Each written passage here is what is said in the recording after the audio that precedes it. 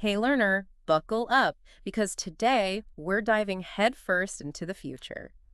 Well, the kind of future with robots Huh. chilling in our living rooms. Yeah, that's right. We're talking NEOA. Everyone's buzzing about it. OpenAI's latest. You've sent us a stack of articles, research papers, even early user impressions. Honestly, my mind is blown. Yeah. And it's not just the tech, although that's pretty mind-blowing in itself. It's the sheer scale of what this could mean for, well, us. Right. So let's just jump right in. What's got you hooked on this whole thing?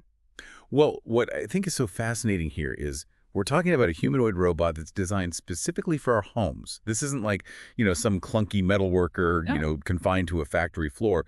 This is different. Right. This isn't like the robots we've seen in like car manufacturing plants. This Yeah. one's made for cramped kitchens and like navigating around that pile of laundry we swear we'll put away eventually. Exactly. And they've packed some serious tech into a pretty compact design. Imagine something around 5'3" and only 66 pounds. Yeah. It's like the size of a teenager, but hopefully one that actually puts away dishes. Right. Right.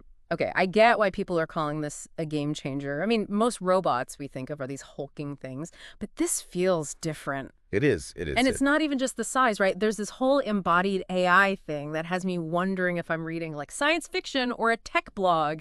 You hit the nail on the head. It's like, whoa. That's the heart of it.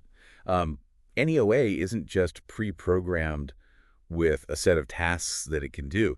It actually learns and adapts, almost like building up muscle memory. The more it does. Hold on, so it actually gets better over time. It's not just stuck doing the same thing over and over. Exactly. And that's what's so revolutionary here. Hmm. Think about it. You teach a kid to ride a bike. They're wobbly at first, right? Right.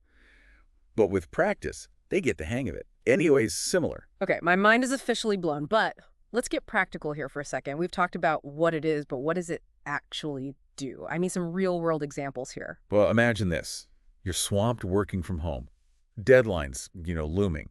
And suddenly you realize you're out of coffee. Disaster. Right. Yeah. But with NEOA, you could just ask it to, brew a pot or even run to the store down the street. We run to the store. Yeah. Seriously. You better believe it. This thing can haul up to 44 pounds, walk at a decent clip, and even hit a pretty impressive running speed.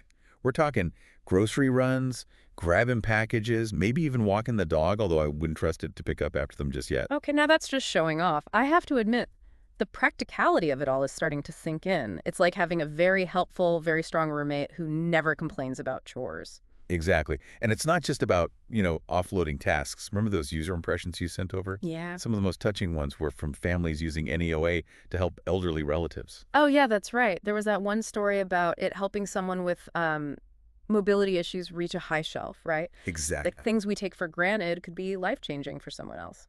It's incredible, right? And the potential goes way beyond just physical tasks. Imagine NEOA keeping someone company, reminding them to take medication, even connecting them with family through video calls. It could be a real game changer for combating loneliness and isolation, especially as our population ages.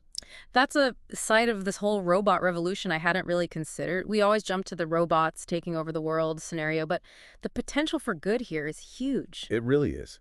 But of course, with any new technology, especially one this powerful and potentially intimate, we need to talk about the elephant in the room, Yeah. privacy. Oh, absolutely. You're preaching to the choir here. We're talking about a machine that's constantly learning, adapting, potentially even recording our daily lives. Where's that data going? Who has access? Those are questions we need answers to. Yeah, and it's not just about protecting our data.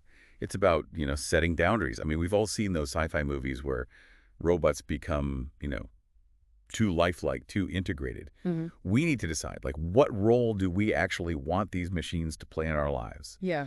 And what lines are we not willing to cross? It's a tough balance, right? Because on the one hand, we want tech that's helpful, intuitive, almost like it knows us. But on the other hand, do we really want a robot that knows, like, our every move, every habit? Right. It's a question we each have to kind of answer. And it's not going to be easy, that's for sure. But look, it's like anything else. Technology is a tool, right? Right. It's up to us to decide how to use it, how to shape it, how to make sure it serves us, not the other way around. You're right. It's about setting those boundaries early on, making sure we're not just blindly adopting cool tech without thinking about those long-term consequences. Exactly. Exactly. And that's why these conversations, like right here, are so important.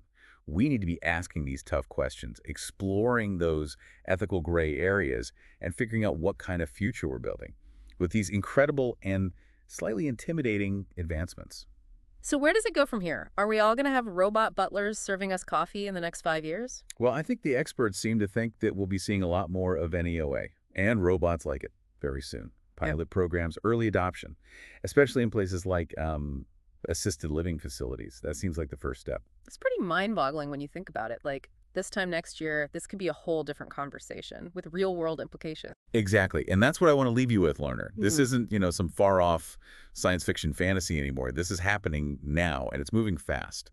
So what do you think? Are you ready for a robot in your house? Are you excited? Tara. Terrified? Somewhere in between? Let us know, because this is a conversation that needs everyone at the table. Until then, keep those questions coming, keep digging deeper, and we'll catch you on the next deep dive.